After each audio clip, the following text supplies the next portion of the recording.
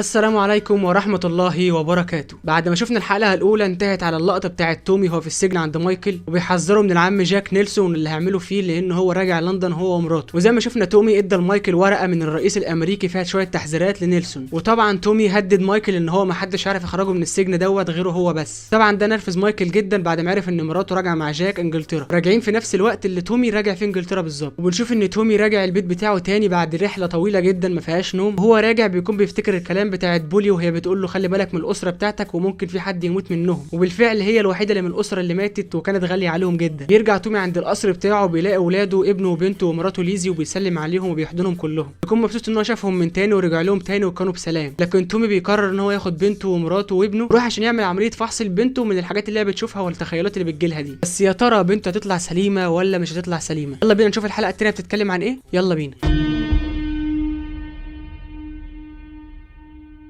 بنته بتعمل فحص عند الدكتور الخاص بتوم الشيلبي وبنته بتطلع سليمه تماما، لكن بنشوف ان تومي عنده حاله نفسيه تعبانه جدا وكان خارج بره وتعبان وهو مش قادر يستحمل الوقوف، وليزي مراته كانت بتحذره ان هو يبطل العمليات اللي هو بيعملها ديت خلاص كده كفايه على كده. لكن تومي كان مصمم على رايه ان هو دي اخر عمليه يعملها وبعد كده خلاص يعيش بسلام. الليل بيجي وبنشوف ان مرات تومي اللي هي ليزي نايمه لوحدها وسمعت صوت خبط بره في الشقه، بتخرج علشان تبص تلاقي تومي واقع في الحمام والميه كلها حواليه زي ما يكون مثلا بيتكهرب، لكن تومي بيكون مش بيتكهرب ولا حاجه، ده هو بيكون بيفتكر الحرب بتاعت فرنسا والاحداث اللي كان بيمر بيها، وطبعا ده غير الحاله النفسيه اللي هو فيها بسبب المواقف اللي هو بيقع فيها دلوقتي. لكن ليزي مراته بتنقذه وبتاخده وبتعالج الجروح بتاعته. بنشوف بعد كده تألق تومي اللي كناش متعودين عليه قبل كده في السياسه، وبيكون واقف على المسرح وبيتكلم مع الاعضاء بتوع الجمعيه الخاصه بيه لانه هو اهم مواطن في المنطقه بتاعتهم ومن اعضاء المجلس الاداري، وبيكون تومي بيحفزهم بالكلام وبيقول لهم ان اي حاجه هتحصل للبلد انا اللي اكون متصدي ليها وانا اللي اكون العدو الاول لاي عدو لينا. ووسط الهيصه ووسط كل التشجيع بتاع تومي وكل الناس مبسوطه من تومي بيقرر ان هو يكون واحد من المواطنين دول، وبيقول لهم ان هم بعتوا لنا رساله فيها الصمت، يعني كلنا نسكت محدش فينا يتكلم، لكن انا اكون الشخص الوحيد اللي هتكلم ومستحيل اسكت. وشويه كلام حماسي وبيعجبني قوي اسلوب توم الشيلبي في السياسه بتاعته، شخصيه جديده خالص ما كناش متعودين عليها. بنشوف بعد كده النقيبه سوينج بتروح لتوم الشيلبي عند المؤتمر بتاعه ده، وطبعا توماس بياخدها الحانه بتاعته وبيقعدوا يدور بينهم حوار علشان العم جاك اللي هو جاك نيلسون اللي لسه ما حدش يعرف شكله لحد دلوقتي، وبيتكلموا ان جاك نيلسون هيوصل قريب هو والعيله بتاعته لندن عشان ينفذ العمليه اللي هو جاي يعملها بتاعه الخمور وياخد كل الخمور اللي عندنا. لكن تومي بيكون عايز يوصل لحل ان هو ما يبيعش الخمور دي لجاك، وتومي كالعاده بيكون معاه رسائل كتيره جدا من رؤساء الدوله الامريكيه، وبيحذر سوينج من اللي هيحصل لو العمليه بتاعه جاك دي اتقبلت، وبيسالها انت معايا ولا مش معايا، وبعد ما بتفكر شويه كده بتقول له انا موافقه اكون معاك ودايما هكون معاك. بنشوف بعد كده ايه ده اللي هي اخت توم الشيلبي بتحذره من اللي هو بيعمله وبتقول له اللي انت بتعمله دوت مؤثر على اخوك ارثر بالسلب زي ما انت شايف كده دلوقتي، وهو بقى مدمن مخدرات ومدمن افيون، وتقول له يا توماس اخره اللي انت بتعمله ده والعمليات اللي انت ماشي فيها هتودينا كلنا للخطر والموت. لكن تومي بيكون برضه مصمم اللي هو يخلص العمليه اللي هو ماشي فيها دي علشان يقضي على كل حاجه مضره ليه، لكن هي بتقول له رساله اخيره وبتقول له انت بقيت غريب عننا، حتى ما بقيتش تشرب خمور، حياتك بقت كلها فاكين ووتر، وبتمشي وتسيبه. وتومي بيكون واقف شويه مع نفسه كده بيفكر هيعمل ايه. بعد كده بنشوف تومي ماشي في الممر اللي كلنا بنعشقه، وبيكون ماشي وسط الموسيقى اللي شغاله اللي برضه كلنا بنعشقها في الممر ده بالذات، وبيكون رايح يقابل معشوق الجماهير اللي بتتفرج على المسلسل ده توم هاردي ألفي سولمنز. اخيرا ظهر بعد ما كلنا كنا فاكرين ان هو مات، لكن بنعرف منه ان هو بقى عايش لوحده في المكان بتاعه دوت وسط الخمور، وبيكون قاعد بيكتب اغاني للاوبرا وبيسمع اغاني للاوبرا ومالوش دعوه بالعالم اللي بره، بيعمل صفقات وبيعمل عمليات لكن ما بيخرجش من الممر بتاعه ده والمكان اللي هو عايش فيه. تومي بيقول له كل الفشل اللي حصل وكل المصايب اللي حصلت له من بعد ما انت اختفيت، بيقول لألفي ان عمك مات، لكن طبعا ألفي ما بيكونش عارف ان عمه مات وما بيكونش عارف اي حاجه من اللي بتحصل بره خالص. بيقول له انا اخري قاعد بكتب كلام عن الاوبرا وبعمل اغاني جديده، بيقول له الموسيقى بقت حياتي يعني. لكن تومي بيقول له انا بطلب مساعدتك علشان بواجه عدو خطر جديد، بيطلب منه ان هو يقعد معاه علشان يتكلم في موضوع مهم. تومي بيعرض على ألفي ان هو يبيع له 5 طن افيون من اللي معاه، بيقول له ان هو عايز يوزع الافيون بتاعه ده كله على جنوب بوسطن، بيقول له ان هو مش عايز يبيع الافيون دوت للايرلنديين علشان دوت خطر ليهم، لو هم طمعوا في العمليه دي ممكن يجوا يقضوا علينا كلنا. طبعا ألفي بيتكلم عن الايرلنديين دول وبيقول لهم ان هم خطر بقالهم اكتر من 200 او 300 سنه. بعد كده تومي بيقول لألفي ان عم جاك هنا هيجي علشان يعمل حمله كحولات، عايز يشتري كل الخمور اللي موجوده عندنا. طبعا ده لو حصل السوق بتاعنا كله هينضرب ومش هيبقى في حاجه اسمها مخدرات وافيون تاني. وبعد شويه كلام بينهم هما الاثنين ألفي سولمنز بيوافق ان تومي يبيع له الافيون بتاعه لكن بسعر رخيص لان هم اصحاب يعني في الاخر. بعد كده بنشوف ان مايكل لسه في السجن اللي تومي حبسه فيه، وبنشوف ان مراته مراته راحت له السجن ومعاها المفتاح وبتقول انا ممكن اخرجك دلوقتي وممكن ما اخرجكش، لكن انا بعرفك ان جاك رايح لندن النهارده، وبتقول ان انا كلمت جاك في موضوع خروجك من السجن وقال لها يصبر اسبوعين او اسبوع وانا هخرجه بعد ما اقضي على توماس شيلبي، وقالت له ان هو عرض 5 مليون دولار مقابل اي حد يقتل له توماس. طبعا مايكل اتبسط من الكلام بتاعها ده كله وقال لها خلاص انا هقعد هنا الاسبوع في السجن ده مقابل اللي انتوا تقتلوا الشيطان، والشيطان ده اللي هو طبعا تومي.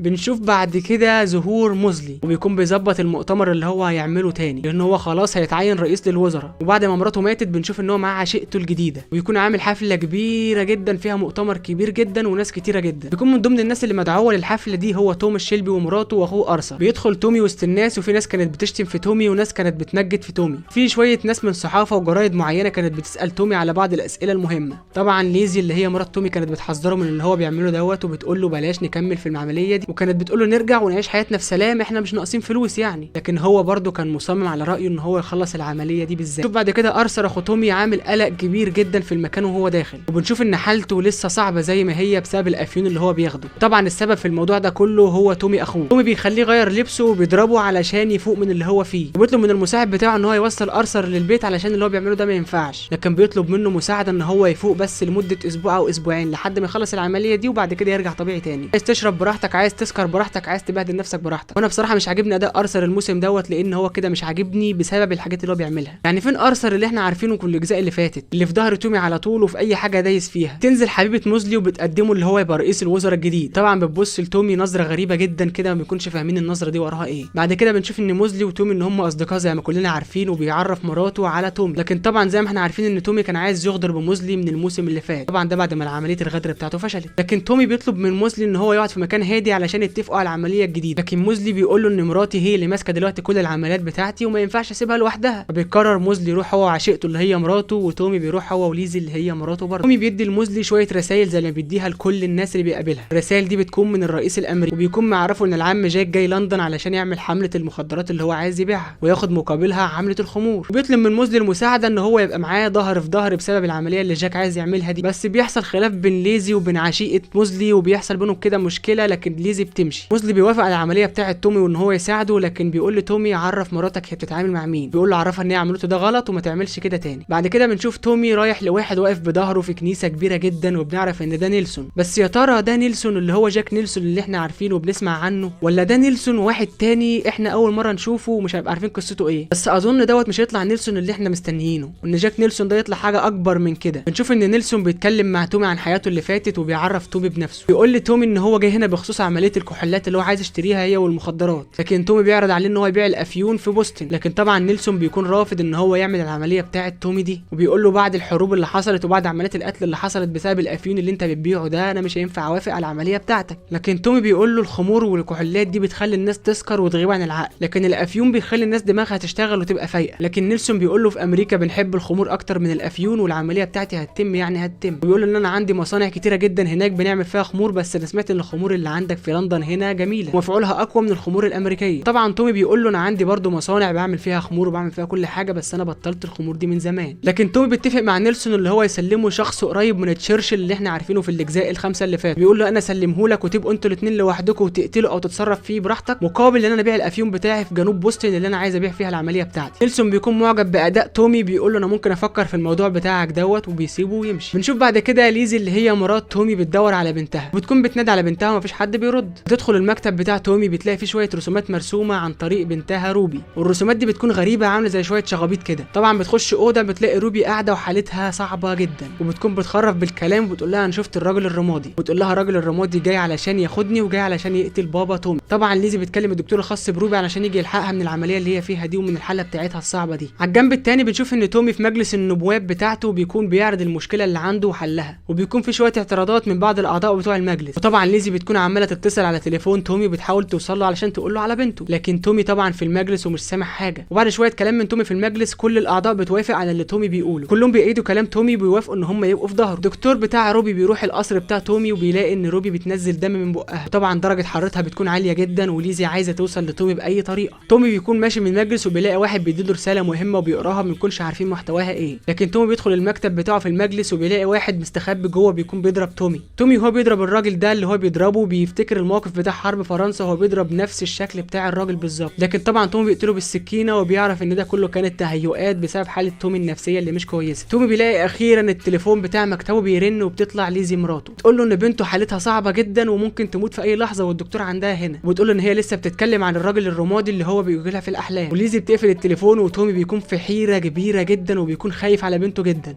بيرجع تومي جري جدا بالليل بالعربيه بتاعته بيخش القصر بتاعها. مراته بتقول له الدكتور قال لنا ما ينفعش حد يطلع لروبي دلوقتي لان هي بتنزل دم من بقها، ولو شافت حد فينا نفسيتها هتكون بايظه اكتر من هي بايظه دلوقتي. لكن تومي بيكون متوتر جدا وبيدخل على المكتب بتاعه وبيرفع سماعه التليفون وبيكلم المساعده بتاعته وبيطلب منها ان هي تتصل برقم مجهول هو كان مديهولها. بتخلص الحلقه على هنا وبنكون في حيره تامه من اللي بيحصل. ترى مين الرقم الغريب اللي تومي كان بيتصل علشان يكلمه ده؟ وهل موزلي هيوافق ان هو يساعد فعلا تومي في العمليه اللي هو داخل فيها؟ على الجنب الثاني الفي سولمنز اخر هيكون موافق على عمليه تومي؟ وهل نيلسون اللي احنا شفناه ده كان هو جاك نيلسون اللي احنا بنسمع عنه؟ اتوقع اجابه السؤال بتاع جاك نيلسون ده مش هيبقى هو نفس الشخص اللي احنا بنسمع عنه، ويكون ده مثلا مساعد ليه. بس اتمنى ارثر يرجع طبيعي علشان فاضل 4 حلقات بالظبط في الموسم ده اللي هو الموسم الاخير. لازم ال4 حلقات يكونوا حماسيين اكتر من اللي احنا بنمر بيه دلوقتي. بس انا متفهم جدا ان احنا بنبني قصه جديده في اخر سيزون، يعني لازم يكون في اول الحلقات في بطء شويه في الاحداث. بس ده ما يمنعش ان الحلقه جميله جدا ومشوقه جدا، بس الاداء هيكون احسن متوقع في ال4 حلقات التانيين. بس كده، وتقييمي للحلقه دي ممكن يكون 9.5 من 10، وده بسبب ظهور الفي سولومنز وموزلي من جديد. اتوقع حاجات اكتر في ال4 حلقات الجايين، وزي ما احنا عارفين ان الحلقه بتنزل كل يوم حد. بس كده تكون الحلقه النهارده خلصت مع الحلقه الثانيه لمسلسل البيكي بلايندرز. اكتب لي كومنت وقول لي رايك في الحلقه بتاعت النهارده، قول لي متوقع ايه في الحلقات ال4 الجايين. دوس لايك واشترك في القناه لو انت اول مره تشوفنا على اليوتيوب، ما تنساش تفعل الجرس علشان يوصلك كل حلقات الجديده الجايه. وبس كده، اشوفكم على خير الحلقات الجايه ان شاء الله. سلام.